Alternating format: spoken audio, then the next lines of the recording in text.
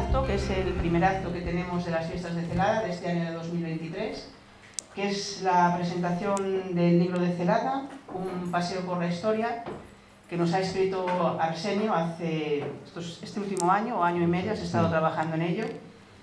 Y la idea surgió hace un tiempo, años, ¿no?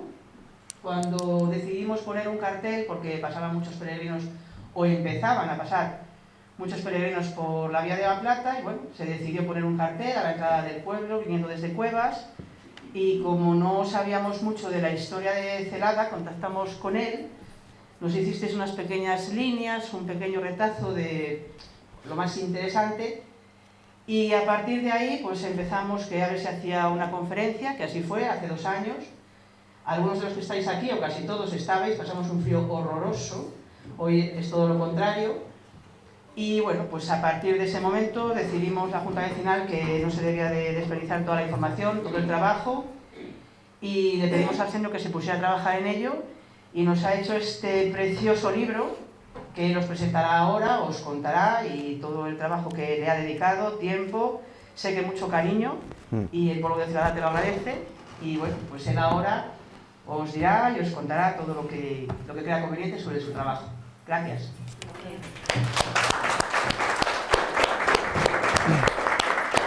Bueno, no sé si... vale. Bueno, muy buenas tardes a todos ustedes. Muy agradecido por la presentación. Muy agradecido a la Junta Vecinal de Celada de la Vega, la antigua Celada de los Alfoces y bueno, Celada de Santa Marina.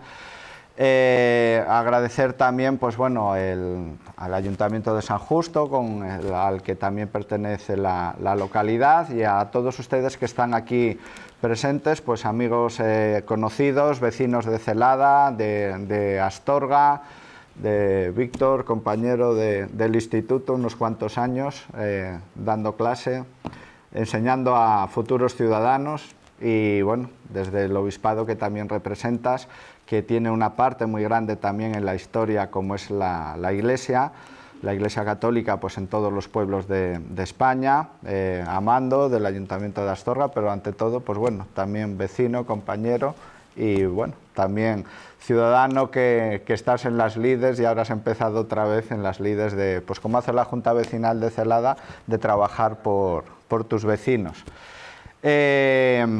Bueno, hoy pues tenemos que estar contentos, podría ser como un bautizo laico, porque hoy Celada tiene un vecino más, un pequeño vecino, que es este libro que ha nacido. En España, en cualquier lugar del mundo, yo considero que cada vez que se hace un libro, se edita un libro, y ahí Catalina pues sabe bien lo que es este trabajo, pues nace un vecino más, nace algo o alguien que nos representa, y este libro preciosamente, pues bueno, diseñado y maquetado por Óscar, que también ha trabajado mucho en él, y desde luego por el deseo de la Junta Vecinal, representando a todos los vecinos, pues este libro dentro de 50 o 100 años, cuando nosotros ya no estemos aquí, seguirá estando aquí en el pueblo, seguirá estando en las bibliotecas, en los hogares de muchos vecinos de Celada, en la biblioteca de Astorga, bibliotecas, y será un recuerdo pues de una iniciativa que tuvieron ustedes, el pueblo de Celada, a través de su Junta Vecinal, de poner por escrito un recuerdo de la historia del pueblo.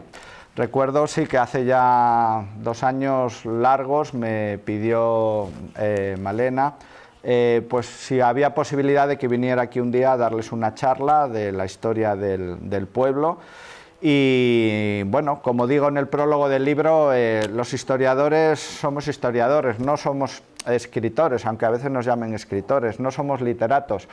No contamos cuentos, no hacemos leyendas. Los historiadores, el primer día que yo con 18 años entré en la Universidad de León, en la Facultad de Filosofía y Letras, uno de nuestros profesores nos dijo aquello de para hacer historia hacen falta papeles, documentos antiguos.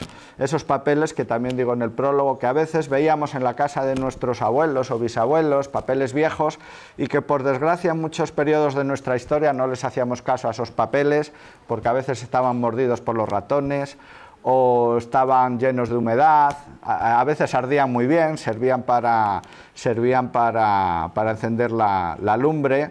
Recuerdo yo hace unos años, cuando empecé de concejal de Astorga, que otro concejal, ya un señor mayor, me comentaba anécdotas del Ayuntamiento de Astorga de los años 70, de un célebre, entre comillas, conserje de su época, que en aquellos años en los que no se tenía cuidado por las cosas antiguas, todo se consideraba viejo, y lo viejo hay que tirarlo. Pues no, lo viejo es antiguo y merece nuestro respeto. Pues este señor, en el Ayuntamiento de Astorga, no se le ocurría otra cosa que encender la calefacción del ayuntamiento utilizando cédulas de los Reyes Católicos, documentos antiguos, hasta que un día pasó por allí un concejal y dijo: ¿pero qué estás haciendo, hombre de Dios? Y entonces pues dijo: no, es que esto está viejo, son papelajos. Bueno, los papeles son los documentos de nuestra vida, de nuestra historia. Y gracias a ellos, los historiadores podemos hacer nuestra ciencia, la ciencia histórica. Allí donde no hay documentos, no hay historia. Puede haber leyendas, hay otras cosas. Puede haber leyendas, puede haber historias, puede haber cuentos, literatura, tradición, pero no existe historia como tal. Entonces, cuando Malena, que además me comentaste que ya tenías de hace tiempo ganas de hablar conmigo, porque yo hace también 3 o 4 Navidades publiqué en el periódico local de Astorga, publiqué el relato de un soldado británico que estuvo aquí en Celada de la Vega en diciembre de 1808. Un soldado del Regimiento 95 de Rifles británico, que en aquella época estábamos en la francesada, en la guerra contra Napoleón, y hubo aquí soldados británicos durante casi mes y medio, de noviembre a diciembre de 1808. Y ese soldado, que sobrevivió a las guerras napoleónicas, estuvo luego incluso en la batalla de Waterloo, 7 años después escribió unas memorias, y en un capítulo cuenta en 1808 que llegaron de La Coruña andando por el Camino Real, bajaban aquí, llegaron a la ciudad de Astorga y les dijeron: no, pero vosotros no os alojáis en Astorga, tirar una legua más, 5 kilómetros más que diríamos hoy en día, a un pueblo que hay allí que es Celada, y os vais a alojar allí. Y este hombre pues cuenta en su diario, que está aquí en el libro, cuenta sus vivencias en el pueblo de Celada. Y bueno, como los vecinos de Celada los miraban con desconfianza porque eran ingleses, herejes ingleses, protestantes, no eran cristianos de verdad, cristianos verdaderos. Y cuentan las anécdotas, aunque venían a ayudar a España contra Napoleón, y cuentan pues bueno, las peripecias que hacían ellos para intentar que los del pueblo les trataran mejor, decir que eran irlandeses católicos. Entonces los del pueblo decían: bueno, si son irlandeses, son católicos, pues les tratamos mejor. Y luego ellos pues siempre buscando, pues como hacen los soldados, comer, dormir bien, y si pillaban vino por cualquier sitio, pues se lo bebían rápidamente. Bueno, a partir de aquella charla que dimos hace 2 veranos y que se nos alargó en el tiempo, porque bueno, es peligroso dejar a uno de historia hablar y con público, porque empezamos a hablar y hablamos y contamos la historia. Se hizo aquel esbozo lo más detallado posible, con la documentación que hay, mucha, poca, de la historia de Celada, siempre muy relacionada también pues con el Camino Real que pasaba por aquí, la que luego fue la Nacional Sexta, lo que unía La Coruña a Madrid, que pasaba por aquí antiguamente por el medio del pueblo, la época anterior, 1500 años antes, las 2 vías romanas que pasaban por aquí también, saliendo de Astorga, las relaciones que siempre tuvo Celada con la ciudad de Astorga, con la Vega del Tuerto, que al estar Celada enclavada en este altozano para evitar las inundaciones, que cada 40, 50, 70 años el río Tuerto se desbordaba. Hoy no sucede porque hay un pantano que regula el agua. Pero ¿por qué está Celada aquí en lo alto de un cerro? No está ahí cerca del río, porque nuestros antepasados sabían que a lo mejor una generación o 2 o 3 generaciones no, pero el río lo habían contado sus tatarabuelos o los padres de sus bisabuelos, que el río se desbordaba cada 40, 50 o 100 años. Bueno, pues todas esas historias las hemos ido recogiendo y las hemos ido plasmando aquí en este libro. Empezamos desde la prehistoria, con el tema de los grabados y petroglifos que están aquí al lado en el Castro Colorado, contando también la llegada de Roma, luego la invasión árabe, la reconquista, la repoblación, y luego ya a partir del siglo de la Edad Moderna, lo que nosotros llamamos pues, desde la época de los Reyes Católicos, ya empiezan a aparecer documentos de Celada de la Vega. En el Archivo Municipal de Astorga hay 2 cajas enormes de documentación, que yo se lo comentaba una vez a Malena y a los miembros de la Junta Vecinal, de que sus antepasados, hasta hace 150 años, se pasaron pues, casi 3 siglos yendo a juicio y pleiteando contra el Ayuntamiento de Astorga, contra el Obispado de Astorga, contra vecinos de Astorga de la zona de Santa Clara y San Andrés, porque se metían en los lindes, en las tierras comunales de los vecinos de Celada. Entonces, es algo que sucedió mucho en el siglo XV, XVI, XVII. La gente vivía de la tierra, como vivieron nuestros abuelos hasta hace 40 o 50 años, hasta que España pues, era fundamentalmente un país agrícola. La tierra era la base principal de la riqueza, por encima del dinero. La gente de bien, en cuanto tenía dinero, el dinero lo invertía comprando tierras, porque el dinero se puede perder, pero la tierra no. Y una tierra de labor, pues para sembrar, para arar, para tener producción agrícola, para pasto, para el ganado, era muy importante. Y en ese aspecto, Celada, ya desde su fundación de época romana, porque cuando llegan los romanos aquí a esta zona del norte de Hispania, pues hacia el año 20, 30 a.C., fundan la ciudad de Astorga, Astúrica Augusta, pero una ciudad no funciona sola. Una ciudad no es nada sin todo el territorio que tiene a su alrededor, a 50 o 100 kilómetros a su alrededor. Y eso es algo que los que viven en ciudad o tienen responsabilidades en ciudad, en un ayuntamiento, una cámara de comercio, un negocio, nunca deberían de olvidar. Una ciudad, y más como es la ciudad de Astorga, una ciudad cabeza de comarca, sin sus pueblos de su contorna no es nada. Eso ya lo sabían los romanos. Cuando fundan Astorga, cogen toda la Vega del Tuerto, que eran grandes ingenieros agrónomos los romanos, la allanan, la aplanan, la dividen en grandes parcelas y van fundando pueblos, porque la ciudad de Astorga va a necesitar pueblos a sus alrededores, de labradores, de ganaderos, que hagan cosechas, que críen ovejas, críen vacas, etcétera, para que esa ciudad pueda tener alimentos. Y a su vez los pueblos de la contorna tendrán en esa ciudad, en su cabecera de comarca, pues un lugar donde poder ir a comprar, donde haya comercio que venga de lejos, donde haya artesanos cualificados, donde haya lo que llamamos profesiones liberales, médicos, artesanos, notarios, escribanos, donde haya maestros canteros, arquitectos, donde haya sacerdotes. Eso que crea Roma hace 2000 años, pues ha seguido hasta hoy en día.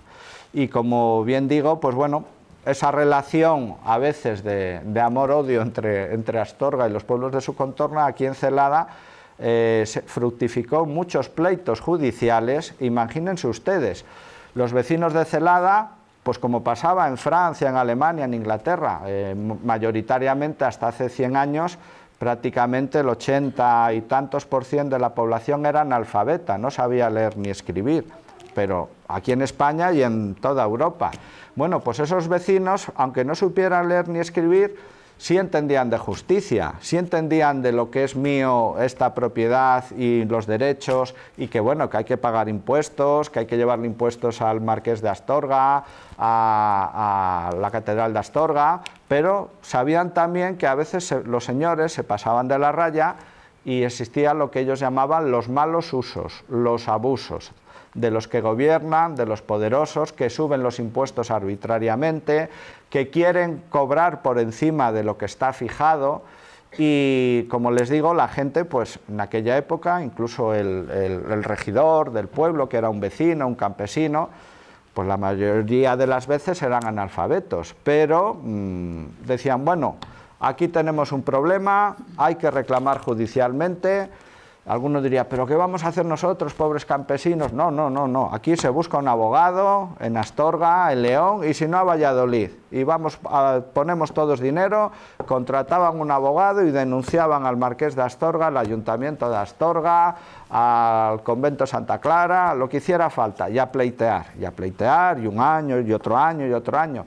Porque ceder en eso era ya vivir normalmente, era a veces pasar hambre, porque cuando no existía el regadío, la gente vivía de la agricultura, de lo que llovía. Y ya saben ustedes mejor que yo que ser labrador, decía en el siglo XVI un labrador ahí de la zona de Valladolid, que al pobre por decir esto lo cogió la Inquisición y lo juzgó, le puso una multa.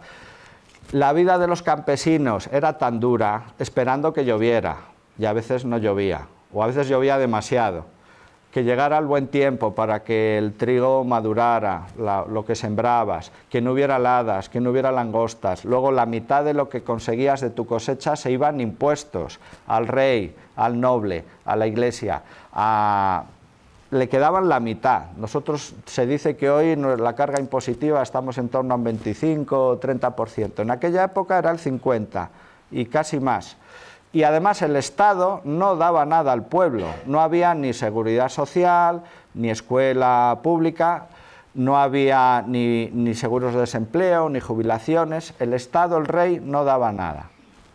Esos impuestos se pagaban, como contamos en el libro, pues para que la nobleza pudiera tener sus ejércitos feudales, el rey pudiera mantener también su aparato de gobierno, sus ejércitos, y la única institución que ayudaba al pueblo, que tenía hospitales abiertos y escuelas y ayudaba a los pobres, era la Iglesia.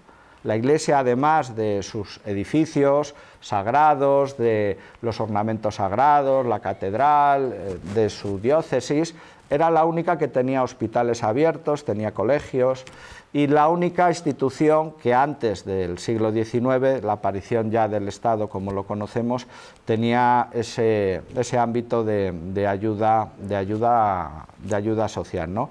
En la Edad Media se decía que la sociedad, los que estamos aquí, era como un rebaño.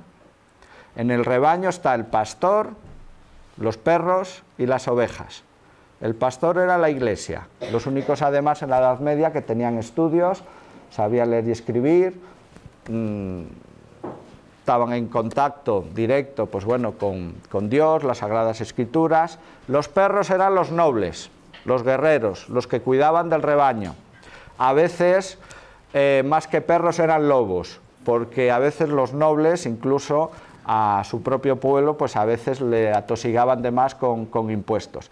Y los únicos que trabajaban, daban las ovejas, daban la leche, la lana y la carne, era el pueblo, los campesinos, los artesanos. Eso fue así pues prácticamente hasta el siglo XIX, que llega la revolución industrial, aparecen las máquinas, las fábricas, la clase obrera, toda la sociedad de Europa. Dejamos de ser, hasta hace 100 años en España, de cada 100 españoles, 80 vivían en pueblos, eran campesinos, y solamente 20%, 15% vivían en ciudades. Hoy hemos dado la vuelta al revés.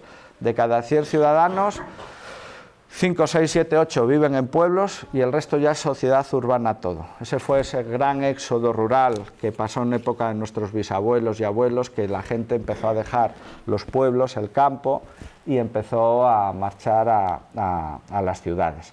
Bueno, pues eso es un poco la historia que hemos ido contando. El libro, pues bueno, es un lujo de libro. Desde luego la Junta Vecinal habéis hecho un esfuerzo tremendo, porque la calidad del papel, las fotografías, imágenes a color, la maquetación pues que ha hecho Óscar, pues es desde luego un libro que es un placer verlo. Luego los libros, les digo, esto no es una novela. Los libros, como el buen vino, no te puedes beber una botella de vino de golpe, te sienta mal.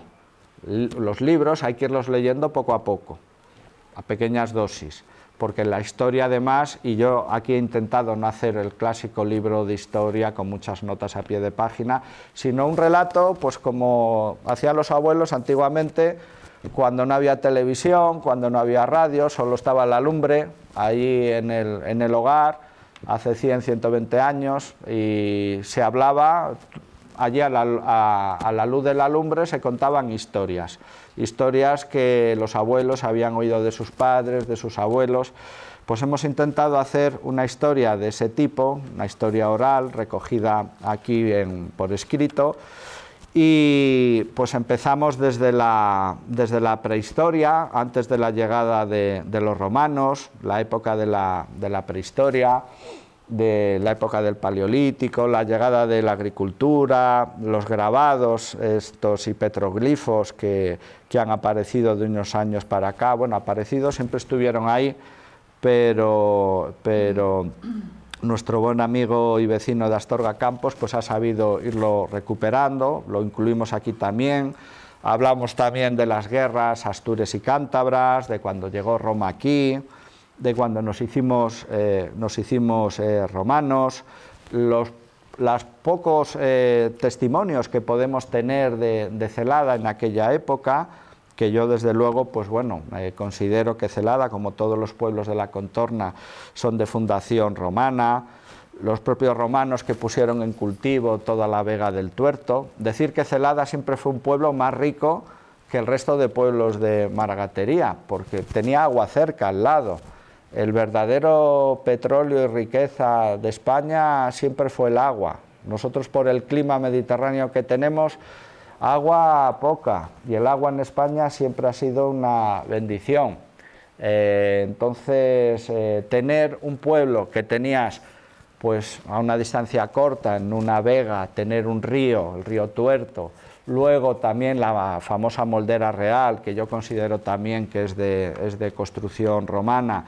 En aquella época el agua, hoy también, pero bueno, en aquella época más, el agua lo era todo. Sin agua no hay vida. Además, la única manera de mover los molinos para tener harina, para moler el grano, las otras especies que se cultivaban aquí, la linaza, etcétera, pues era el agua, los molinos hidráulicos, los batanes también, que hubo batanes también aquí en Celada de la Vega, para coger la lana de las ovejas y prepararla. Aquí hubo también tejedores.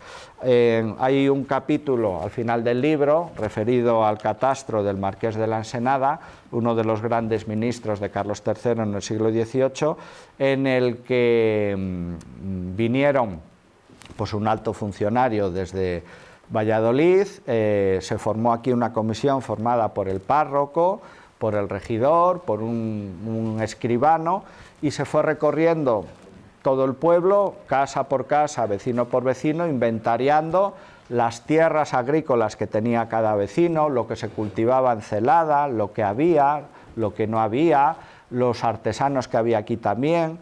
Eso se hizo en el siglo XVIII en todos los pueblos de la corona de Castilla.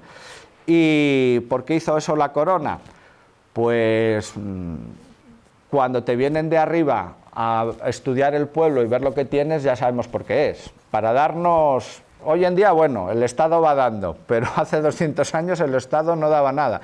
Si venían a ver cuántas vacas había, cuántas ovejas había en el pueblo, cuántas tierras había de regadío, de secano, lo que se plantaba, lo que se recogía, cuántos vecinos había nobles, porque los nobles no pagaban impuestos. En aquella época los nobles, por ser nobles, no pagaban impuestos. No fue hasta la Constitución de Cádiz de 1812 que se dijo que todos los españoles pasábamos a ser iguales y todos empezábamos a pagar según lo que teníamos, pero eso fue en 1812. Hasta antes no. Entonces, ¿para qué venían a hacer todo ese estudio? Pues para saber los impuestos que se podían poner, para saber cuántos vecinos había, los normales, los que no eran nobles o no éramos nobles, yo siendo de labradores, pues éramos los pecheros, se les llamaba pecheros, lo habrán oído ustedes a veces. Los vecinos normales eran los plebeyos, o pecheros. ¿Por qué pecheros? Pues ya lo dice la palabra, eran los que pechaban. Eran los únicos que con su trabajo y sus impuestos sostenían al rey, a los nobles y también a la Iglesia. Aunque bueno, la Iglesia sí devolvía parte de esa riqueza al pueblo, Además es que en un pueblo, y hasta no hace mucho, el párroco hacía de todo, junto al alcalde o a la presidenta de la junta vecinal a veces. El párroco era el maestro, era el único que tenía estudios, el único que sabía leer y escribir, el único que a veces enseñaba a los niños del pueblo las primeras letras, era aparte de la vida sacramental, la administración de sacramentos, pues el párroco pues hacía también de psicólogo, de maestro, hacía de todo, de asistente social, hacía de todo en nuestros pueblos. Bueno, y luego también, sabiendo cuántos vecinos y sus hijos habían nobles y no nobles, se sabía también cuántos mozos podían ser reclutados para ir a servir al rey, cuántos mozos había para servir en el ejército, porque los hijos de los nobles tampoco iban al ejército. Esto siguió, y se acordarán ustedes de sus abuelos, pues hasta los años 20, cuando la guerra de Marruecos todavía existía. Ya éramos todos iguales, pero el que tenía dinero se libraba, el que podía pagar, y a veces cantidades, que había familias que a veces arruinaban porque su hijo no fuera a la guerra, pues evitaban ir al servicio militar o en la guerra de Marruecos en los años 20, los famosos soldados de cuota, pues pagando dinero, y con eso comprabas a un sustituto. Mi abuelo Arsenio García Alfageme, junto con otros muchos de sus abuelos, era jornalero, no tenía dinero, y él fue a la guerra, 3 años en Marruecos. Vino desde Pozuelo del Páramo, como tanta gente de muchos pueblos de la contorna, pues vino aquí a trabajar en Astorga, a casa de un labrador que tenía tierras, mi bisabuelo, y luego se casó con la hija. Era muy trabajador y se casó con la hija de...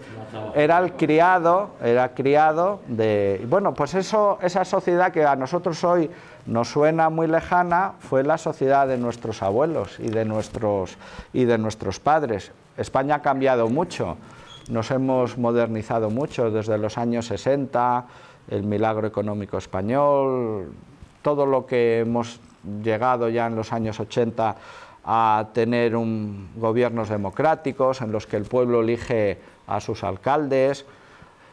En la época hasta 1812 en Astorga el pueblo no elegía al alcalde, al corregidor, lo nombraba el marqués, y el marqués nombraba también los regidores en los pueblos de los Cuartos y Alfoces, que eran pues todos los pueblos en la contorna de Astorga. Esa jurisdicción que tenía Astorga hoy solo queda en las 4 pedanías, desde Santa Catalina, Murias, Castrillo y Valdeviejas. Pero antiguamente, sí, los procuradores de la tierra, pero antiguamente había otros 12 pueblos más de la contorna, entre ellos Celada, que formaban parte de la jurisdicción de Astorga, de los llamados Cuartos y Alfoces. Bueno, esos pueblos, como les digo, se pasaron siglos pleiteando para que el pez grande, que era Astorga, no se comiera al chico. Bueno, recorremos la historia, ya les digo, pues Celada tiene la ventaja de que al estar en el Camino Real, lo que luego fue la Nacional 6, pues en medio de todas las comunicaciones entre Madrid y Galicia, pues muchos momentos de la historia importantes pues transcurrieron también por aquí, por Celada. Y, por ejemplo, cuando en el siglo XVIII se hizo nuevo el Camino Real que venía de Madrid, que luego simplemente en los años 20, cuando la dictadura de Primo de Rivera, se ensanchó, se asfaltó y fue la Nacional 6. Bueno, pues en el siglo XVIII, en la época del gran rey Carlos III, se hicieron nuevos todos los caminos reales, y aquí vino un ingeniero militar francés, Carlos Lemaur, muy famoso, es el padre de los ingenieros civiles españoles, y construyó todo el trazado viniendo desde Madrid, hizo el puerto de los Leones y llegó hasta La Coruña, hizo el puerto de Manzanal, porque hasta entonces para ir a Galicia había que pasar por Foncebadón, no existía el paso de Manzanal, y Foncebadón tiene un problema, va mucho más alto de lo que hoy va Manzanal, y en invierno nevaba tanto que se cerraba el puerto, la carretera, durante dos o 3 meses. Los vecinos de Foncebadón y todos los de esa zona, como pasa en muchos pueblos de la montaña de León, tenían el privilegio, como los maragatos, de que no pagaban impuestos, porque ni iban al ejército, porque tenían que vivir en el pueblo y en invierno, nada más que nevaba, tenían que mantener abierto el puerto, a pico y pala, quitando la nieve. Y tenían que tener ahí, pues, atender a los viajeros, en los mesones, en las posadas, como había también aquí en Celada de la Vega. Espero que les guste el libro. Vienen, pues bueno, son pequeños, diríamos, pellizcos de la historia de España, de la historia de Celada, de la historia en relación también con Astorga, la época napoleónica, historias también de la iglesia parroquial de Celada. Se cuenta como cuando llegan los franceses en diciembre de 1808, el pueblo quedó arrasado, los vecinos tuvieron que huir, hubo saqueos, destrucciones, el pueblo quedó incendiado. Cuenta el párroco cómo pudo salvar parte de los ornamentos sagrados, porque incluso dice, a riesgo de mi propia vida, la cruz procesional que tienen ustedes aquí, que se custodia en el Museo de los Caminos, esta cruz la salvó a riesgo de su vida el párroco de Celada en diciembre de 1808, escondiéndola porque estaban todos los soldados franceses arrasando el pueblo y robando todo lo que pillaban cuando entraron en Astorga. Además cuentan que los soldados, pues para hacer el fuego, para cocinar los ranchos, la comida, no iban a cortar leña, arrancaban las puertas de las casas, las ventanas, los marcos, las sillas, las mesas, dejaron el pueblo arrasado. Hay un informe que yo hace años encontré en el Archivo Municipal de Astorga, en la que en enero de 1809 pide el gobernador francés de Astorga, la época de Napoleón, le pide a los vecinos de Celada que le lleven ovejas, ganado, e incluso, no sé, recuerdo, 40 o 50 camas, colchones, para los soldados franceses que había en Astorga. Y el regidor de Celada contesta diciendo, pues, lo que ha sufrido el pueblo desde la entrada de los franceses, lo que se han llevado. Dice aquí, por ejemplo, dice, excelentísimo señor, al general francés, y esto es en enero de 1809, el lugar de Celada, vía recta a esta ciudad, cercano a ella, se ha hallado tan abatido y sus vecinos tan afligidos que se hallan en la dura consternación de desamparar sus cortas casas y familias. Señor, dicho lugar de Celada ha padecido los desfalcos y vejaciones siguientes. Cuando llegaron los soldados franceses, primeramente se echó fuego a 2 casas, que del todo fueron abrasadas. Arruinaron, el fuego pasó a otras casas, arruinaron luego también los franceses 4 casas para el fuego de los ranchos, para hacer hogueras, para cocinar y hacer su comida. Abrasaron 8 pares de puertas, de calles, carretales, correderas, las puertas de las cuadras por las que salían los carros, como al número de 90. Un campamento que hizo la tropa francesa en dicho pueblo por varios días, no hay que comparar el destrozo que hizo. Quemaron las arcas de las casas, mesas, cajones, brazuelos de carros, comestibles de todo género de carnes y demás víveres. Lo que respecta a la ropa blanca, ninguna de ellas dejaron. Dejaron a los vecinos del pueblo sin sábanas, sin manteles. En la época la ropa interior que se usaba era la camisa, todo el mundo usaba una camisa como Don Quijote hasta la rodilla, y les dejaron a los pobres vecinos con lo puesto. Caballerías mayores pudieron llevar 8, por no haber más, como igualmente 4 menores, es decir, caballos, mulos o burros. Igualmente llevaron 10 pares de bueyes de labranza. A los campesinos, si les quitaban los bueyes, al año siguiente había hambre porque no podían arar. Eso es como que te lleven los tractores.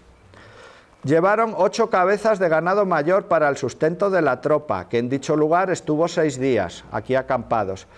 y habiendo llegado un comandante francés que existía en el lugar de Piedralba, que había franceses también en Piedralba, distante de este como media legua, pidió y llevó 6 cabezas de ganado mayor, y para Cuevas, pueblo inmediato, otras 2 mayores, otras 2 cabezas de ganado mayor. El día 11 de enero llegó al pueblo de los suplicantes, Celada, un piquete, soldados, con su comandante. Llegaron de la Bañeza y llevaron 37 cabezas de ganado vacuno, se les llevaron 37 vacas que tenían en Celada, aparte de lo que se habían llevado ya.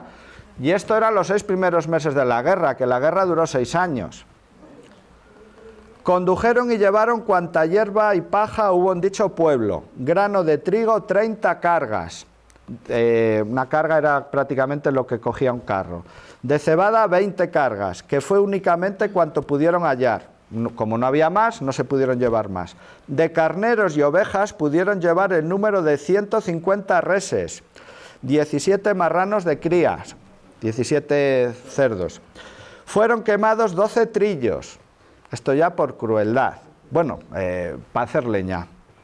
4 carros, como también destrozados y perdidos 150 mañizos de lino. Aquí se cultivaba lino para hacer luego hilo, para tejer, pues también los quemaron. En una palabra, excelentísimo señor, le llama así al general francés, por no llamarle otra cosa, evidentemente, pues bueno. Los vecinos y concejo del lugar de Celada, vecinos y concejo, se hallan enteramente imposibilitados de cumplir con los mandatos de vuestra excelencia, por las razones que llevan manifestadas. En esta consideración suplican humildemente que les quiten esa contribución que les ha puesto. Bueno, y al final el general francés se compadeció un poco y le dijo que bueno, que vale, que le perdonaba los víveres, pero que las camas se las tenían que llevar a Astorga. Las camas eran colchones. Los pocos colchones que les quedaban los tuvieron que llevar a Astorga y la gente a dormir pues con una manta en el suelo. Bueno, pues esta documentación que no se conocía, es la primera vez que les aparece, que la van a conocer ustedes, los vecinos de Celada. Con esta documentación, con otra que hemos ido encontrando, por ejemplo, aparece, y con esto vamos acabando, apareció un vecindario. Vecindario era una recopilación de los vecinos que había en el pueblo, que mandaba hacer el rey. Pues apareció un vecindario en el Archivo General de Simancas, en Valladolid. Allí, después de mucho rebuscar, apareció, del 3 de abril de 1737.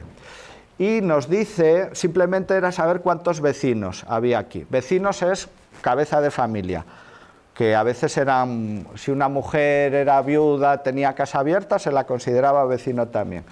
Pues aparecen aquí los siguientes vecinos, que como verán ustedes no eran muchos. Cada vecino es una familia. El primero, don Ignacio Pelillo, cura de dicho lugar. Don Antonio García, presbítero, que era también vecino de Celada. Luis Martínez, que era un vecino del pueblo, era pechero, era plebeyo. Vamos, que pagaba impuestos. Como hoy todos somos pecheros, hoy todos pagamos. Bueno, y este debía saber leer y escribir porque le apuntan como empadronador. Fue el que hizo la lista de los vecinos. Otro vecino de Celada, a ver si les van saliendo los apellidos. Vamos con un Luis Martínez. El segundo, Mateo Centeno, pechero. Martín Botas, también empadronador, con 2 hijos llamados Nicolás y Andrea Botas. Pero estos eran hidalgos, dice, hidalgos pobres, no tenían grandes tierras, pero eran hidalgos, y un hidalgo se aferraba a ser hidalgo porque mientras fuera hidalgo no pagaba impuestos. Y si venían las tropas del rey un día, que iban para Galicia, no había cuarteles, venían aquí un regimiento, los vecinos tenían que dar, se llamaba el servicio de alojamiento y bagajes. Durante una noche les tenías que dar de dormir en tu casa, pues si tu casa era grande, a 4 o 5 soldados, y darles de comer y de desayunar. Y al día siguiente seguían el camino, pues hacia La Coruña o Vigo, donde fueran. Y además el servicio de bagajes. Bagajes es que les tenías que dejar tu carro con tu macho o tu caballo para llevar la impedimenta hasta el pueblo siguiente en el que paraban a dormir. Ese día pues te volvías con tu caballo, con tu macho, con tu carro, pero eso solo lo hacían los pecheros. Si eras hidalgo no tenías obligación de alojar a las tropas del rey, ni darles de comer, de desayunar y llevarles la impedimenta. Por eso un hidalgo se aferraba a ser hidalgo. Eso sí, tenían prohibido trabajar. manualmente, como pillaran a un hidalgo cultivando la tierra o haciendo oficios artesanales, enseguida le denunciaban los vecinos y le quitaban de la lista de hidalgos y le pasaban a la de pecheros. Entonces muchos preferían a veces pasar hambre o vivir de lo poco que tenían antes que ser pechero, porque si pasabas a ser pechero ya pagabas impuestos y tenías que hacer estos servicios. Pedro Botas, otro Botas, con 3 hijas llamadas Polonia, Olaya y Benita, Botas, hidalgos también. Domingo Gómez, pechero. Gregorio de Vega, pechero. Domingo Ramos, pechero.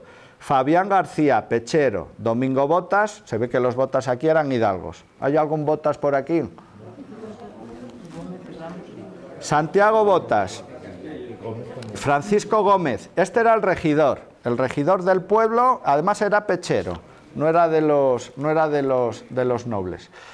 Y luego pues tenemos lo que más interesante que les gustará, pues es el catastro del Marqués de la Ensenada, cuando aquí vinieron unos funcionarios y les hicieron a los vecinos del pueblo, en concejo, pues unas 60 preguntas. Era un cuestionario que venía de Madrid y les iban preguntando, ¿cómo se llama la población? Esta población se llama Celada, con Z.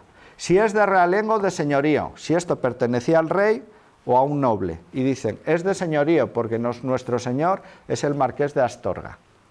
Y los impuestos aquí se le pagaban al marqués, no iban al rey, porque era de señorío. Así pasaba en España. En España la mitad del país era de los nobles.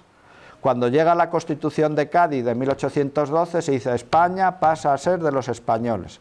Todos del Estado. Aquí los nobles dejan de ser señores de vasallos. Y la Iglesia también. Viene, dice, ¿qué se cultiva? Dice, pues centeno, trigo, cebada. Hay tierras de buena y de mala calidad. También, pues eso, que si hay árboles frutales, dice que aquí no había ningún árbol frutal, etcétera. Luego se dice que qué medidas usaban aquí, pues usaban los cuartales, los cuartillos, las cargas, todo eso. Luego al final del libro hay una tabla en la que viene la correspondencia con las medidas actuales. Se cultivaba también linaza, lino y hierba. Al haber un río cerca, aquí había muy buenos prados y eso servía pues para criar el ganado. Los prados, si eran de buena calidad, se les llamaba prados de guadaña. Dice, de pelo y otoño. Pelo y otoño es que se segaban una vez en verano y en otoño eran tan buenos prados, había tanta humedad que volvía a dar para segar otra vez la hierba. Y bueno, por ejemplo decía las vacas, dice, cada vaca suele dar un ternero cada 2 años, del beneficio 40 reales. Cada cerda de cría para parir sin descanso la tasan en 12 reales. Lo que ganaba un artesano al día eran 4,5 reales al día, al jornal de un día. Así que pueden calcular. Cada oveja 16 reales. Las ovejas suelen parir 2 años y descansar 1. Por el cordero 7,5 reales. 2 libras de lana, que produce esquilar la lana, la oveja, una vez al año. Aquí estaba todo regulado, aquí no se escapaba nada. Hacienda en aquella época ya tenía sus medios. Bueno, pues todo eso lo tienen aquí. Habla también, dice, ¿cuántas tabernas, mesones, tiendas, panaderías, carnicerías, puentes, barcas sobre ríos, mercados, ferias hay en la población? Y dicen, en este dicho lugar de Celada hay una taberna obligada. Taberna obligada es que era propiedad del pueblo de Celada. Los vecinos de Celada subastaban al año quien la explotaba. El que pagaba más le daban la explotación y solo se podía vender vino ahí. La que al presente sirve Francisco Pérez Morán, vecino de la ciudad de Astorga, que le paga al pueblo, al común, al concejo, 1.800 reales al año. El pueblo, el concejo, sacaba un dinerín para funcionamiento pues, de la taberna que tenían o a veces arrendando las tierras comunales. También había otro mesón que sirve al presente Bartolomé Martínez, dueño de dicha casa, vecino de este dicho lugar, que le paga al concejo, por tener el mesón, también 40 reales de vellón al año. No hay panadería, no hay carnicería, no hay tiendas, no hay ferias ni mercados. Tampoco hay hospital. Los hospitales en aquella época era simplemente una casa con 3 o 4 habitaciones y una persona, un enfermero que ayudaba. Tampoco hay cambista ni mercader ninguno. Y bueno, había 3 maestros tejedores en el pueblo, aquí se tejía, se hacían tejidos de lienzo, de paños y blanquetas. No había convento, tampoco. Dicen con orgullo la gente de Celada, dice el cuestionario, ¿cuántos pobres de solemnidad habrá en la población? Y contesta, dijeron que en este dicho lugar no hay pobre alguno de solemnidad. No hay pobre. Aquí, sin lujos, pero la gente tenía para vivir. En Astorga sí se censaban, sobre todo en los arrabales, unos cuantos pobres de solemnidad. Y bueno, aquí luego se les cuenta también la historia de la construcción del puente que está ahí junto al puente romano, el de la Nacional 6, que es el puente de Carlos Lemaur, que se conserva toda la bóveda de cantería, lo verán aquí en una fotografía, aspectos de la historia de España y luego de la francesada y de la guerra de la independencia, hasta llegar, bueno, las obras también, que estos son documentación que me proporcionó la Junta Vecinal, obras que hicieron los vecinos para hacer el campanario de la iglesia, arreglarla, hacer la bóveda con los contratos. Y luego, por último, el catastro que hace Pascual Madoz, otro ministro liberal del año 1850, en la que hace la última descripción de Celada en 1845. Dice, Celada en aquella época se le llamaba Celada de Astorga o Celada de los Alfoces, localidad de la provincia de León, a 7 leguas de León. Pertenece al partido judicial y a la diócesis de Astorga. Depende de la Audiencia Territorial y Capitanía General Militar de Valladolid. El ayuntamiento en aquella época era San Román, no era San Justo, porque el ayuntamiento estaba en San Román, no estaba en San Justo. Celada está situada a la margen derecha del río Tuerto. Le combaten los vientos del norte y del oeste. Disfruta de un clima sano, aunque hay enfermedades que solían ser comunes, pulmonías y tercianas. Tercianas era una fiebre que le daba a la gente cada 3 días, por eso se les llamaba tercianas. Pero bueno, eso hoy en día ya lo tenemos superado. Tiene 30 casas, iglesia parroquial de San Vicente, servida por un cura de libre provisión. Tiene una fuente de buenas aguas para uso del vecindario. Confina al norte con San Justo, al este con Nistal, al sur con Cuevas y al oeste con Piedralba. El terreno es todo llano, medianamente fértil. Al lado de la población pasa la carretera de Madrid a La Coruña. Recibe la correspondencia de Astorga, a donde va cada vecino por la suya. Aquí venía alguien, traía una lista, oiga, usted tiene una carta en Astorga. Pues el vecino tenía que ir a Astorga a recoger su carta, se la daban en persona. Produce trigo, centeno, lino, legumbres y pastos, cría ganado vacuno y lanar, es decir, vacas y ovejas. Caza de alguna liebre, había liebres por el monte, y se pescaban truchas, barbos, cangrejos y anguilas en la moldera y en el río. Población, 35 vecinos, es decir, 35 familias, y 185 almas, es decir, habitantes, mujeres, niños, ancianos, y los impuestos los pagaba en San Román de la Vega. Luego, años ya después, pues pasó a San Justo. Vienen aquí luego todos los pleitos, los documentos que estuvo pleiteando en la Chancillería de Valladolid, el Concejo de Celada contra el Concejo de Astorga, 1580, en la época de Felipe II. Pleito del Concejo de Celada contra los concejos y cuartos y arrabales de Astorga, 1627. Otro pleito de 1693 de Celada contra el Ayuntamiento de Astorga.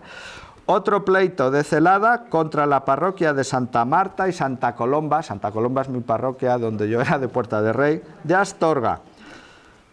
Luego pleito también de 2 vecinos de Celada Bartolomé Martínez y Manuela Cuervo contra José Flórez Osorio, alguacil mayor de Astorga. El alguacil mayor era el comisario de policía. Se ve que le quería rapiñar algunas tierras. Bueno, pues todo esto, los vecinos de Celada fueron ganando los pleitos en Valladolid y en León. Es famoso que en la época de los Reyes Católicos se creó una justicia en España que los jueces eran honrados, daban la razón al pueblo contra los nobles, si el pueblo tenía razón. Eso teníamos que ver hoy cómo tenemos nosotros la justicia hoy en día. No digo más. Otro pleito del concejo de Celada contra el concejo de Astorga, sobre aprovechamiento de pastos y prenda de ganado. También de 1580. Otro pleito contra Astorga, de 1605. También otro contra Astorga. Bueno, así se llegó hasta que al final ya cuentan que hacia el siglo finales del XVIII ya la Chancillería de Valladolid se cansó, dijo, bueno, se acabó. A ver, no puede ser que aquí cada 20 años tengamos un pleito de 15 años de estos de Celada.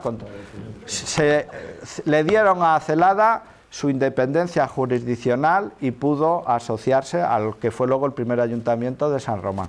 Y a partir de separarse del ayuntamiento de Astorga, los vecinos de Celada pues pudieron ya respirar, pero les costó 3 siglos, pero lo consiguieron.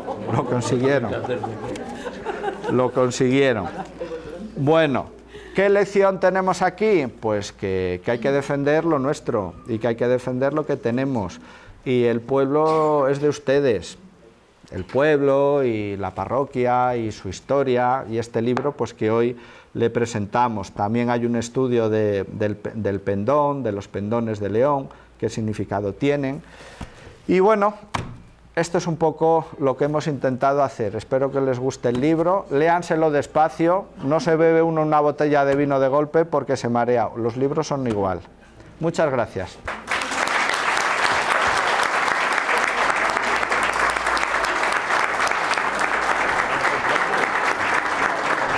Ahora os dice. Un momentito a todos. Lo último, quería darle las gracias a Arsenio, no solo por hoy, sino por todos estos años que nos ha dedicado de trabajo y llamarme y mira, he encontrado otro documento, lo aporto, lo pongo y fue creciendo de una cosa muy insignificante a todo esto que tenemos hoy, que es vuestro. Y no sé, creo que debemos estar muy honrados de todo lo que ha hecho él por el pueblo de Celada, que lo compartamos, que lo contamos y que lo disfrutemos. Gracias. Muchas gracias. Muchas gracias.